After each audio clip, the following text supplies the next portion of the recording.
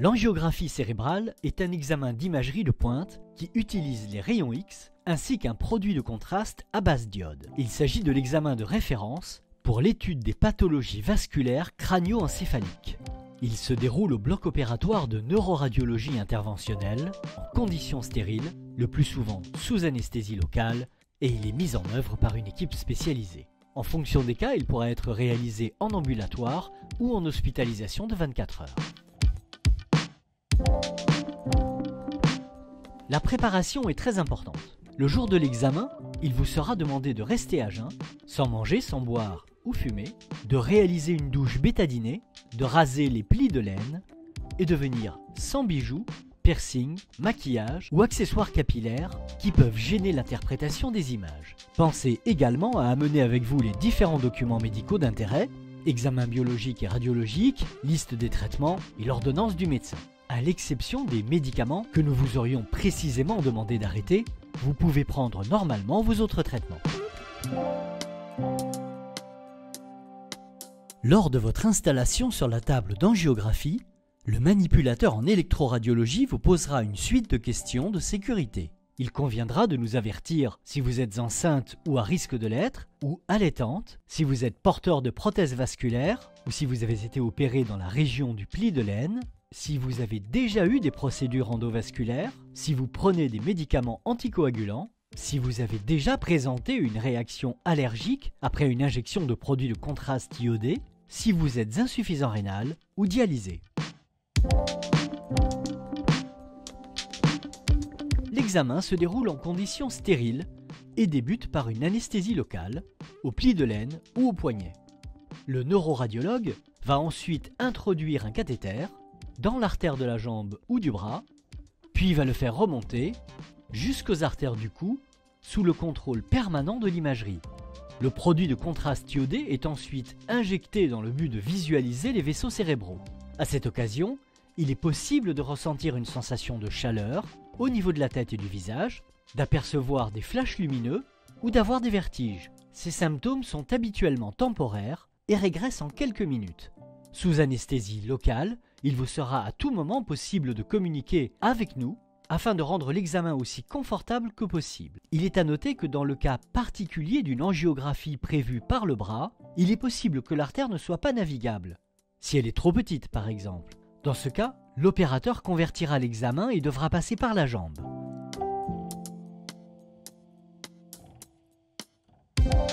L'examen dure environ 45 à 60 minutes. Et votre coopération est cruciale pour la réussite de celui-ci. En effet, les pathologies vasculaires crânio-encéphaliques requièrent une analyse très fine. Il est donc essentiel de rester le plus immobile possible durant les injections. Il vous sera demandé de respirer lentement, de ne pas avaler votre salive et de fermer les yeux.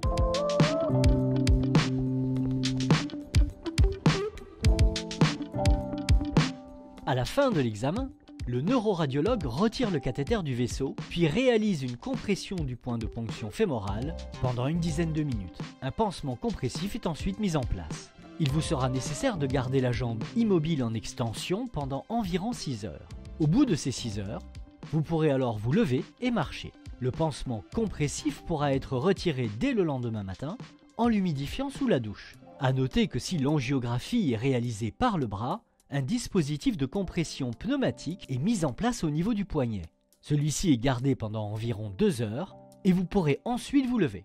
De manière générale, dans les 48 heures qui suivent l'angiographie, nous recommandons de limiter les efforts intenses et le port de charges lourdes, de bien s'hydrater, au minimum 2 litres d'eau par jour, afin d'éliminer le produit de contraste.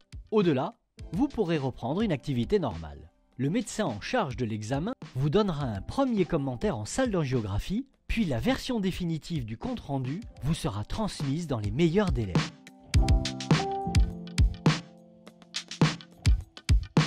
L'angiographie cérébrale est donc un examen qualifié d'invasif. Et comme tous les gestes médicaux, il existe un risque de complications dont certaines peuvent être graves. Pour cet examen, ce risque est très faible, de 1 à 3 pour 1000 angiographies. Dans la plupart des cas, les complications sont mineures et vont régresser dans les heures ou jours qui suivent. De manière non exhaustive, on peut noter des hématomes plus ou moins volumineux au point de ponction, qui vont généralement se résorber en quelques semaines, voire le déclenchement d'une crise de migraine chez les patients connus migraineux.